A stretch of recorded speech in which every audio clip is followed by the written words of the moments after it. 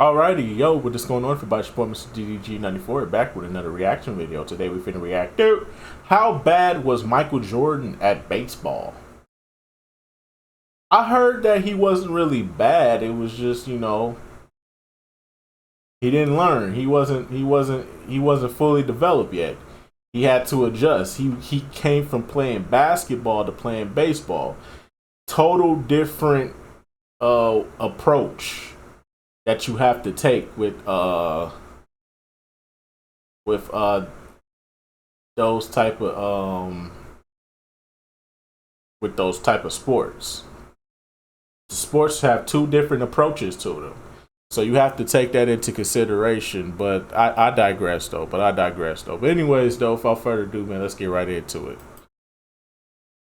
Bitch, play. Why did Michael Jordan start playing minor league baseball at the peak of his basketball ability? And did he really suck as a baseball player? Some MLB general managers called his baseball skills a disgrace, and Sports Illustrated openly pleaded for MJ to stop playing because he was embarrassing the sport. In the MLB, the batting average is around .250, but Jordan only played Double-A. That's 2 steps down from the majors, where he batted .202. That'd be like if Derek Jeter decided to stop baseball after he won the World Series, only to start playing basketball in the G League, averaging less than 10 points per game. However, MJ's baseball manager Terry Francona, a 2-time World Series champion, said that Michael would have made it to the MLB if he had more time to practice. Some of Jordan's stats, like his steals and on-base percentage, support Francona's theory. And he wasn't the only one saying that Jordan could have been a legitimate MLB player. So, just how bad was Michael Jordan at baseball actually? And is there any chance he could have actually made it to the big leagues? In 1992, even before the Barcelona Olympics, Jordan was getting fed up. He was the most popular athlete and one of the most recognizable people in the world, and it was getting out of hand. Jordan actually lived a very isolated life because he couldn't go anywhere without being bothered, which was especially cruel in the age without the internet. The first thoughts about retirement started to creep into MJ's mind. After he had won the 1993 NBA championship,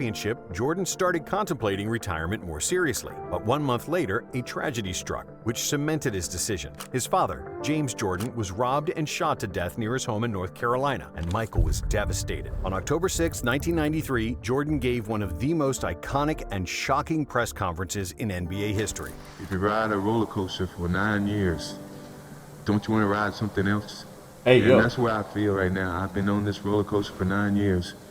It's just time for me to ride something else. The world couldn't believe it. How could Jordan lose his passion for basketball when he was the embodiment of passion in the NBA? But the heavy burden of fame and his father's passing killed his joy for basketball. He'd already won everything and proven that he was the best, and that was it for Michael. Of course, there is the infamous conspiracy theory that Jordan was actually suspended by the NBA because of his gambling addiction. The NBA indeed had launched an investigation into Jordan's betting trips in the summer of 1993 after the Bulls' third title. One of the key people in the investigation was Richard Oskinas, who claimed that Jordan owed him more than $500,000 from golfing bets. Another key witness was a convicted drug dealer, Eddie Dow, who had checks from Jordan worth more than $100,000, which proved that MJ wasn't always careful with who he was hanging out with. When Jordan announced his retirement from basketball, the league suspended its investigation, announcing that nothing had been found to implicate that Michael was betting on basketball. Conspiracy theorists interpret these events as an agreement between Jordan, his manager David Falk, league commissioner David Stern,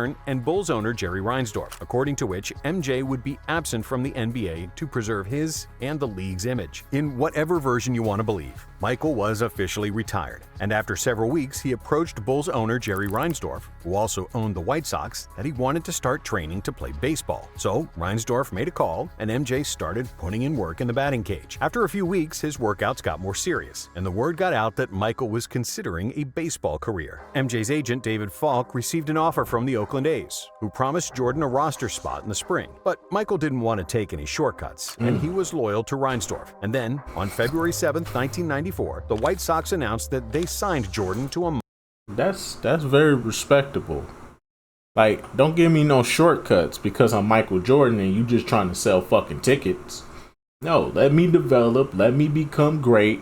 I really want to be great at this, so don't give me no handouts. Let me work my way up to this. Let me really indulge into the life of a MLB baseball player. That's respectable, man. Not many people would do that. In today's age, not that many people would do that. You have to respect Michael for accepting the grind. Pause. No Diddy. But accepting the grind to do shit the right way. You have to respect that. Minor league contract 10 days before MJ's 31st birthday. It was his father's dream for Michael to start playing baseball, a game they both loved, and MJ was finally fulfilling his late father's dream. Jordan started working with the famous White Sox hitting coach Walt Hriniak, which was the equivalent of an elementary school student taking advanced calculus. Jordan hadn't played baseball in 15 years and didn't have the slightest understanding of major league hitting. He didn't even know the difference between a two-seam fastball and a four-seam fastball. Jordan started slowly in spring training games, which was to be expected because, as they say, the hardest thing to do in sports is hit a baseball. No amount of swings in the cages against a pitching machine or batting practice pitcher could have possibly prepared him for live major league caliber pitchers. However, it wasn't like Jordan made a complete fool of himself and couldn't at least hang with the pros. On April 7th, in a Windy City Classic exhibition game against the Cubs at Wrigley Field, Michael went 2 for 5, which was certainly the brightest moment up to that point. There's another hit. A drive down the third baseline. Michael Jordan has tied up the ball game.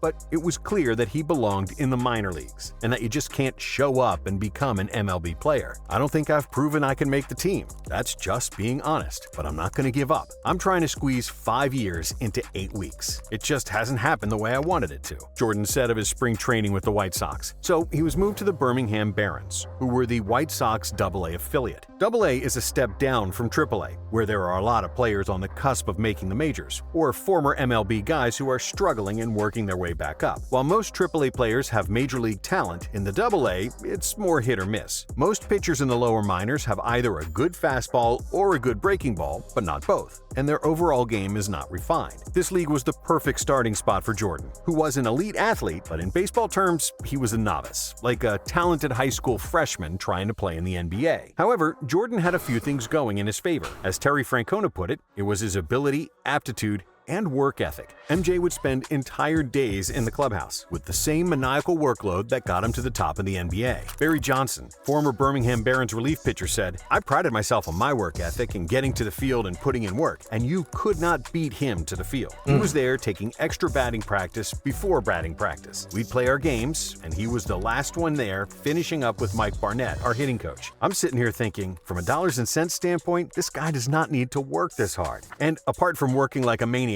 Jordan liked hanging out in the clubhouse with his new teammates. Even though he was a 31-year-old multimillionaire among the young 20-year-olds making $850 a month, Jordan wanted to be one of the guys. He was humble in trying to learn the sport and never put himself above his teammates. On April 14th, wearing number 45, his old number from Laney High School, the 31-year-old rookie made his baseball debut, drawing a crowd of 10,000 people, as well as 130 members of the media. And it was a disappointment. For the night, Jordan went 0 for 3 at the plate in a 10-3 loss to the Chattanooga Lookouts. MJ went hitless in his first 2 official games, but got 2 hits against Knoxville in his third.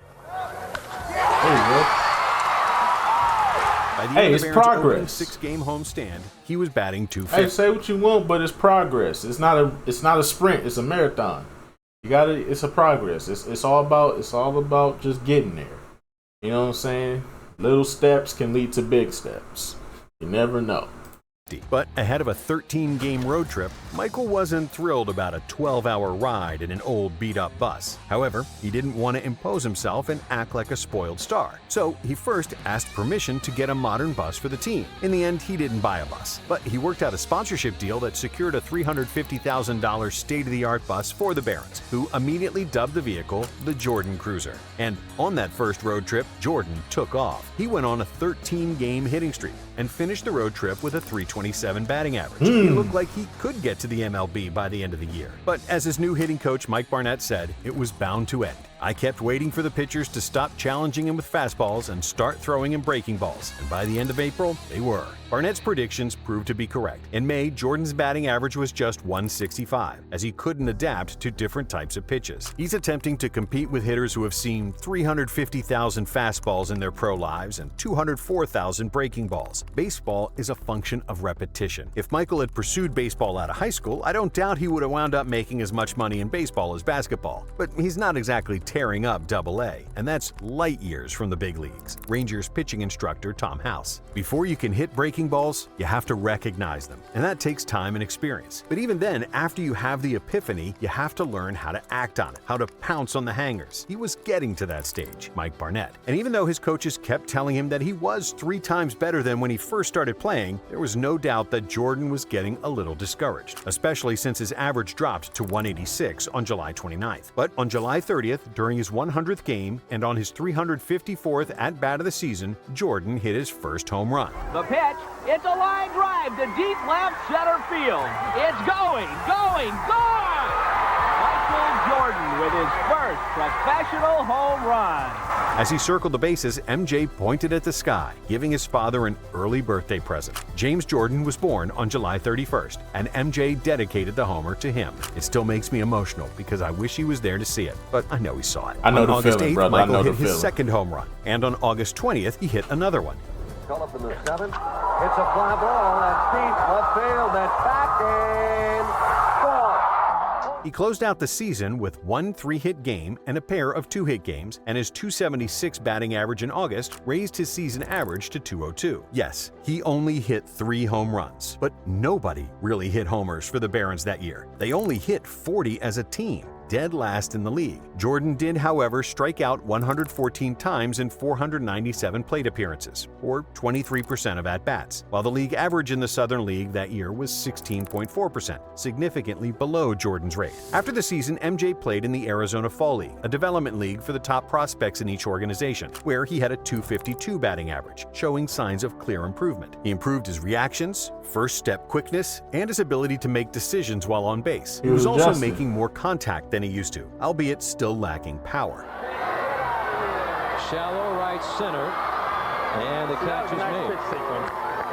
However, to show how impressive his progress was in year 1, Mike Trout hit .245 in the AFL in 2011, which was his 3rd pro season. In a vacuum, Jordan's numbers didn't look flattering, but when you count his lack of experience, he was actually far better than you would expect. Jordan showed a knack for driving in runs, a good understanding of the strike zone, stealing bases, and defense in the outfield. But MJ still needed more experience. He needed at-bats to see more types of pitches. And while his 23% strikeout rate doesn't look that bad by modern standards, bear in mind that he wasn't hitting the ball with power, as he was just trying to survive and make any sort of contact with the bat. And the biggest reason for this was his body. The physical demands of baseball and basketball are so different that it's extremely difficult to play both at a high level. In basketball, long arms and legs are valued tools to help you block shots, clog passing lanes on defense, and shoot over opponents on offense. But when it comes to baseball, long limbs are really only beneficial for pitchers who use that extra length to increase momentum and throw harder. That's why the vast majority of baseball-basketball crossovers are pitchers. Jordan's Chicago Bulls teammate Scott Burrell was once a first-round pick for the Seattle Mariners. Milwaukee Bucks' Pat Connaughton was a highly regarded pitcher at Notre Dame before he chose to play basketball full-time. Hall of Fame pitchers like Robin Roberts, Sandy Koufax, and Bob Gibson all played high-level college or pro basketball, while Basketball Hall of Famer Dave DeBusschere played for the White Sox for parts of 2 seasons. For a position player, having long limbs carries a few benefits. Great hitters tend to be compact, generating bat speed and power with relatively short swings. A great example of this is Danny Ainge, who played 3 seasons of pro baseball before getting selected by the Celtics in the '81 NBA draft. In fact, in all of MLB history, only 3 position players listed at 6'6" or taller have hit 300 in a season. And when you take a look at Jordan's swing, it's clear that his weight transfer was uncoordinated and that his swing was putting him off balance, which prevented him from hitting with power. But all those problems were technique-based, which was normal for someone who hadn't played baseball in 15 years. Despite a tumultuous first season, Jordan, being Jordan, vowed to take the offseason super seriously and continue his baseball career. He truly fell in love with the sport and was determined to make the major league. But unfortunately for all baseball fans, and thankfully for all basketball fans, Jordan's time with the bat would soon come to an end, and it had nothing to do with him. Well, it is now official. No more regular season, no extended version of the playoffs, and for the first time since 1904, No World Series, Brendan. Due to the longest strike in MLB history, during which the entire 1994 postseason and the World Series had been canceled, spring training in 1995 opened without the major league players. As the strike lingered, MLB owners began making arrangements to start the season with replacement players. But Jordan never wanted to make the MLB like that. He knew that it wasn't his fight and all the negative publicity he would get. So, on March 2nd, 1995, Jordan left camp and was out of baseball for good. And while he was still waiting to see if the basketball season would start, he started stopping by the Bulls practice facility. First to shoot a little, then to lift weights, then play a little one-on-one. His competitive juices started flowing again, and on March 18th, he sent the most famous fax message in the history of sports. I'm back. I'm back. That's all Jordan said on Saturday. That was really all Jordan needed to say as his 17-month retirement came to an end.